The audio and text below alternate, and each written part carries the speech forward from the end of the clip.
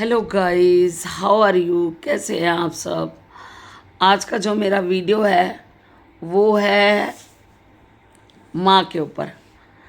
माँ के ऊपर मैं माँ के ऊपर एक पूरा ही टिप्पणी करके आपको बताना चाहती हूँ। आजकल की जो जनरेशन है, आज की जनरेशन 5G है। जैसे हमारे फ़ोन है ना 5G, तो जनरेशन भी 5G है। पहले का जो समय होता था ना, पहले के समय में हम अपने माँ बाप के सामने नहीं बोलते थे। हम उनसे बिल्कुल भी ऐसे बात नहीं करते थे कि मम्मा ने कुछ कह दिया तो हमने फट उनके हर बात का जवाब दे दिया। ऐसा नहीं होता था। बल्कि मैं आज तो जनरेशन जो देख रही हूँ, ये मैं अपने ऊपर नहीं बना रही वीडियो, ना ही मेरे घर में ऐसा कुछ है जो मैं आपसे डिस्कस कर रही हूँ। मैं पूरी दुनिया में सबको जिनको देखती हूँ पर देखती हूँ, वीडियो बिल्कुल सच्ची है, इसमें कुछ भी नहीं है। अगर अगर एवरेज लगाई 100 की तो 97% लोग, मैं वही वीडियो बनाती हूँ जिसमें 100 में से 97 सच होता है। सिर्फ 3% आई एम रोंग, क्योंकि I am not a god. मैं इंसान हूँ, वूमेन हूँ, और इस दुनिया में जीती जागती चल फिर रही हूँ, तो मैं 100% श्योर नहीं हो सकती। लेकिन मेरी 99% बात सच्ची होती है। चाहे तो आप अपने आसपास देख सकते हैं इस सब को। आजकल की जो 5G जनरेशन है ना, वो अपने पेरेंट्स की बात को इग्नोर करना पसंद करती है। उनको अपने मम्मी डैडी की बातें स्पीच लगती है। उनको लगता है कि वो स्पीच दे रहे हैं, वो हमारे फ़ायदे के नहीं कह रहे। हमारे पेरेंट्स जब हमें समझाते थे ना, जब हम छोटे थे, तो हम समझते थे उनकी बात। हम चाहे कई बार ये नहीं है कि हम 100 में से 100% उनकी बातें मानते थे, ऐसा नहीं है। हम भी 100 में से हो सकता है 70% मानते हो, या 60% या 50%। बट हम कभी भी उनको उसी टाइम जवाब नहीं देते थे कि यू आर रॉन्ग। ऐसा नहीं है, ऐसा नहीं है। तो ऐसा हम अपने पेरेंट्स के साथ नहीं टॉकिंग करते थे, हम नहीं बोलते थे। लेकिन आज की जनरेशन 5G है, तो वो आज की जनरेशन साथ के साथ ही जवाब देने पर ट्रस्ट करती है। ये बात सिर्फ मैंने एज ए जनरल नॉलेज के लिए बताई है, ये जबकि मेरा टॉपिक नहीं है। टॉपिक मेरा वैसे आज जनरेशन का ही है, लेकिन मेरा माँ के ऊपर है आज का टॉपिक। जब बच्चे अनमैरिड होते हैं ना, तो माँओं को आदत होती है, कोई भी उनको रिश्तेदार बुलाता है ना कि आज हमारे घर लंच पे आइए, आज हमारे घर डिनर पे आइए, तो आजकल की माएँ जो हैं मोस्टली वो कहती है ठीक है, मैं बैक कॉल कर दी हाँ, मैं अपने बच्चों को पूछ ला कि फ्री हैं, अगर फ्री होंगे तो हम विज़िट कर लेंगे और आज का लंच इकट्ठे कर लेंगे या डिनर इकट्ठे कर लेंगे। अपने बच्चों को इतनी ज़्यादा वैल्यू देती है कि अपने सके माँ बाप के घर, अपने पेरेंट्स के घर भी अपने बच्चों की इजाज़त के बगैर जाना उन्हें गवारा नहीं होता। उन्हें ये लगता है कि शायद मेरे बच्चे बिज़ी ना हो, या शायद आज मेरे बच्चों का जाने का मूड ना हो। तो माँ बाप, आजकल के माँ बाप ही सबसे ज़्यादा बेचारे बन के रह गए हैं। तो वो फ़ोन करते हैं अपने बच्चों को, या जब इकट्ठे बैठे होते हैं तो नाना जी दे घरों फ़ोन आया सी, तेरे नानी का फ़ोन आया सी, चलना है? तो बच्चे कहते हैं अगर मूड होता है तो हाँ चलेंगे, अदरवाइज़ नहीं। तो इतनी ज़्यादा अपने बच्चों को वैल्यू देते हैं पेरेंट्स। और जब शादी हो जाती है ना, शादी, तो बच्चे पता क्या करते हैं? बच्चे सबसे फर्स्ट रेफरेंस किसको देते हैं? माँ, अपनी पत्नी को। अपनी पत्नी को जे माँ कोई वर्ड यूज़ कर दिया कि ये कर ले, ये कर ले। जैसे ही लड़कों की शादी होती है, जैसे ही लड़कों की शादी होती है और लड़कियों की शादी होती है, जानते हो वो अपने आप को क्या समझते हैं? वो समझते हैं हम एक ऐसी जेल से आज़ाद हो चुके हैं जिसमें हम बंधे हुए थे, जिसमें हम बंधे हुए थे। और वो ये नहीं सोचते कि उस माँ ने, उस बाप ने कितनी मेहनत से हमको पाला। चलो हमारे वजूद से ही हमारा बच्चा पैदा होता है, इस बात को अगर आप भूल भी जाओ 1 मिनट के लिए भूल भी जाओ, मैं कहती हूँ, इतना तो याद रखो कि जो 20-22 साल आपने उनके साथ काटे हैं, उस 20-22 साल में हर पल में आपके माँ बाप ने आपका ध्यान रखा, आपकी भावनाओं का ध्यान रखा, आपके हर डिसीज़न की को रिस्पेक्ट दी, और आपने एक पिंट लगाया उनको शादी होते ही उनको इग्नोर करने में। आपकी पत्नी कहती है तो बिल्कुल सही है, आपकी वाइफ कहती है तो बिल्कुल सही है, दोनों के लिए कह रही हूँ, हस्बैंड वाइफ दोनों चेंज होते हैं, दोनों चेंज होते हैं। लेकिन एक बात ज़रूर कहूँगी पुत्र जी, और लड़कियों से भी ज़रूर कहूँगी, जो आप चेंज हो रहे हो ना, ये आपको भुगतना पड़ेगा। जानते हो आपकी माँ को कितना दर्द होता है, कितना दर्द होता है जब आप अपनी माँ की कोई भी बात मानने के लिए तैयार नहीं होते। आपको फर्स्ट रेफरेंस भी आपकी पत्नी दिखती है, और आपको अपनी लास्ट रेफरेंस भी अपनी पत्नी दिखती है। और मैं उन हस्बैंड की जो वाइफ्स यानी कि बहुएं होती हैं, उनको भी एडवाइस दूंगी, मत कीजिए ऐसा, नहीं तो आने वाले कल में आपको ये सब फेस करना पड़ेगा, 101% फेस करना पड़ेगा। आपको बस ये लगता है कि हमें माँ बाप की जायदाद तो आपको चाहिए, माँ बाप की दौलत आपको चाहिए, माँ बाप की प्रॉपर्टी आपको चाहिए, माँ बाप की रिस्पॉन्सिबिलिटी आपको नहीं चाहिए। जबकि जब आपकी शादी होती है ना, तो ज़्यादा से ज़्यादा आपकी माँ की उम्र कितनी होगी, 45-50, बस, इससे ज़्यादा, या 55, बस। इतनी बूढ़ी नहीं होती कि वो अपना गुजारा ना कर सके। कई तो वर्किंग वूमेन होती है, वो किसी पर डिपेंड ही नहीं होती। और जो वर्किंग वूमेन नहीं भी होती, उनके भी हस्बैंड कमा रहे होते हैं, अर्निंग कर रहे होते हैं। और कुछ ऐसी माँवें भी होती हैं जिन्होंने अपना फ्यूचर पहले ही सेव करके रखा होता है। उन्हें पता क्या चाहिए होता है, आपका प्यार, जो कि आप देना भी पसंद नहीं करते। क्यों?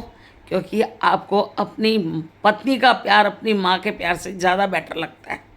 आपको वो 20 साल भूल गए, उसका पिया हुआ दूध भूल गया आपको, वो याद नहीं रहा आपको। आपको याद रहा आपकी पत्नी, मेरी वाइफ बहुत सुंदर है, मेरी वाइफ जे मैं इन्हू गुस्से होऊंगा तो इन नाराज़ों के मायके चली जाएगी। अरे जिसने पैदा किया है उसने क्या गुनाह किया, कभी उसके बारे में सोचिए। वो क्या, वो नहीं डिज़र्व करती आपका प्यार? 20 साल तो उसने आपको पौधे से पेड़ बनाया, जब उसकी छाया लेने की बारी आई तो आप उड़ गए, आप उड़ गए। उस टाइम छाया देने के लिए जिसको दरख्त के नीचे बिठाना है वो आपकी बीवी है, आपकी माँ नहीं। मत कीजिए ऐसा, मत कीजिए, नहीं तो कल को आने वाले दौर में आपको ये सब फेस करना पड़ेगा, 101% करना पड़ेगा। आई एम श्योर, क्योंकि मैंने पूरी इस दुनिया में 100 में से 80-85% ऐसे लोग देखे हैं जो 50+ हैं, 60+ हैं, जो कि उनकी सेवा नहीं हो रही, उनके बच्चे उनकी सेवा नहीं कर रहे। क्यों नहीं कर रहे? क्योंकि उन्होंने अपने सास ससुर की नहीं की। तो आप अपनी ज़िंदगी से कुछ, मैंने ये वीडियो सिर्फ आप लोगों को एक शिक्षा देने के लिए बनाई है कि प्लीज़ पत्नी को बहुत रिस्पेक्ट दीजिए, बहुत प्यार दीजिए, बहुत खुशियाँ दीजिए। पॉकेट में हाथ डालिए तो इतने पैसे निकल आए कि आपकी पत्नी की हर ख्वाहिश पूरी हो जाए। उसको भी इग्नोर मत कीजिए, वो भी किसी की बेटी है और आपसे बहुत उम्मीदें लगाकर आपके जीवन में एंट्री की है। बट अपनी माँ बाप को भी इग्नोर मत कीजिए। अगर उन्होंने आपको जन्म ना दिया होता, उन्होंने आपकी पालन पोषण की होती, आज जिस पोस्ट पर आप हैं वो आपके मम्मी डैडी करके हैं। अगर उन्होंने स्ट्रगल ना किया होता, आपको स्टडी ना करवाई होती, इस मुकाम पे ना पहुंचाया होता, तो आप कभी भी इतनी ऊंची ऊंची पोस्टों पे जो बैठे हैं ना, वहाँ पर बैठे ना होते। कोई लोग लाख रुपए कमा रहा है, कोई 10,000 कमा रहा है, तो कोई 10 लाख कमा रहा है। उसका सारा क्रेडिट आपकी मिसिस को नहीं, आपकी मदर को जाता है, आपके फादर को जाता है। वो सब अगर आप उनको डेडिकेट नहीं कर सकते वो पैसा उन पे इन्वेस्ट नहीं कर सकते, क्योंकि नेचुरली बात है कि हमारे लाइफ पार्टनर की भी हमारी ज़िंदगी में बहुत बड़ी वैल्यू है, इम्पोर्टेंट होती है वो भी हमारे लिए। उनको ज़रूर रेफरेंस दीजिए, उनकी केयर कीजिए, उनकी हर ख्वाहिश पूरी कीजिए, और साथ में अपने माँ बाप की भी कीजिए। आप ये बताइए, एक माँ बाप की 3 संतानें हैं या 4 संतानें हैं, तो जब वो माँ बाप अपनी 4 संतानों को प्यार कर सकता है, तो आप क्यों नहीं कर सकते? आप क्यों नहीं कर सकते? आप अपनी पत्नी के साथ अपने माँ बाप को भी प्यार कर सकते हैं। आप अपनी पत्नी की वैल्यू के साथ अपने माँ बाप की वैल्यू रख सकते हैं। माँ भी तो 4 बच्चों को प्यार करती है ना, उनका पालन पोषण करती है, उनको खवाती है, उनको पिलाती है, उनकी परवरिश करती है, उनको स्टडी कराती है। आपने तो मम्मी डैडी की कोई स्टडी नहीं करवानी, आपने तो हर टाइम मम्मी डैडी के पल्लू में बंध के नहीं रहना। उनको अपना प्यार तो दे सकते हैं, उनको अपने साथ तो दे सकते हैं, उनको अपने पूरे दिन में से 1 घंटा तो दे सकते हैं। प्लीज़ प्लीज़ न्यू जनरेशन और जितने भी लोग मेरे वीडियो को देख रहे हैं, इसको शेयर कीजिए, इसको लाइक कीजिए, मेरे चैनल को लाइक कीजिए, सब्सक्राइब कीजिए और मेरी वीडियो को शेयर कीजिए। और अगर शेयर नहीं भी करते तो लोगों से डिस्कस ज़रूर कीजिए मेरे वीडियो के बारे में, कि नहीं, ज़िंदगी में हमारे पेरेंट्स भी उतनी ही ज़रूरी रखते हैं, हमारी ज़िंदगी का पार्ट ऑफ लाइफ है वो। जिन्होंने आपको लाइफ दिया वो पार्ट है, आपकी ज़िंदगी का पार्ट ऑफ लाइफ है। उनको वैल्यू दीजिए, उनकी कदर कीजिए, अपनी मिसेस को भी वैल्यू दीजिए। मैं कभी नहीं चाहूँगी अपनी मिसेस के साथ गलत कीजिए। मैं तो चाहती हूँ कि कोई भी लड़का अगर शादी करता है तो वो इतना अर्निंग कर सके कि जब उसकी मिसेस उससे कुछ मांगे तो वो कभी ऐसे में सिर न हिलाए, वो कहे यस मैं अभी लेके देता हूँ आपको।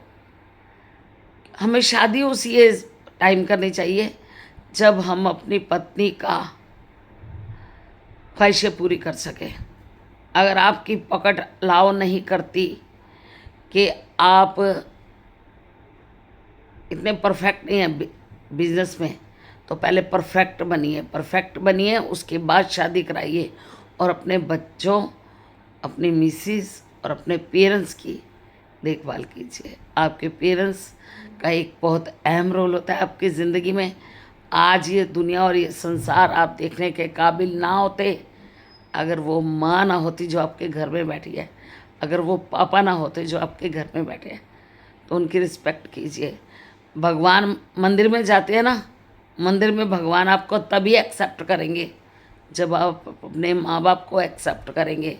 अगर आप अपने माँ बाप को एक्सेप्ट नहीं करते तो उम्मीद मत कीजिए कि भोले बाबा या वाहिगुरु जी या दुनिया का कोई भी परमात्मा, जीसस, मस्जिद आपको एक्सेप्ट कर रही है। नहीं कर रही। मूर्ति में से निकल के भगवान आपको बताने चाहे भले ही ना आए, और वो किसी ना किसी रूप में आपको बताता है you are not accepted for the my mandir, gurdwara and church and मस्जिद। तो सबसे पहले अपने माँ बाप की इज़्ज़त कीजिए, उनको वैल्यू दीजिए। अगर उन्होंने आपकी परवरिश किया है तो ये नहीं है कि उनको दिन के 24 घंटे दीजिए, पर सिर्फ दिन का 1 घंटा उनके हवाले कर दीजिए, और आपकी ग्रस्त ज़िंदगी इतनी खुश रहेगी ना। और आप, ये एक इन्वेस्टमेंट है, ये एक बैंक है।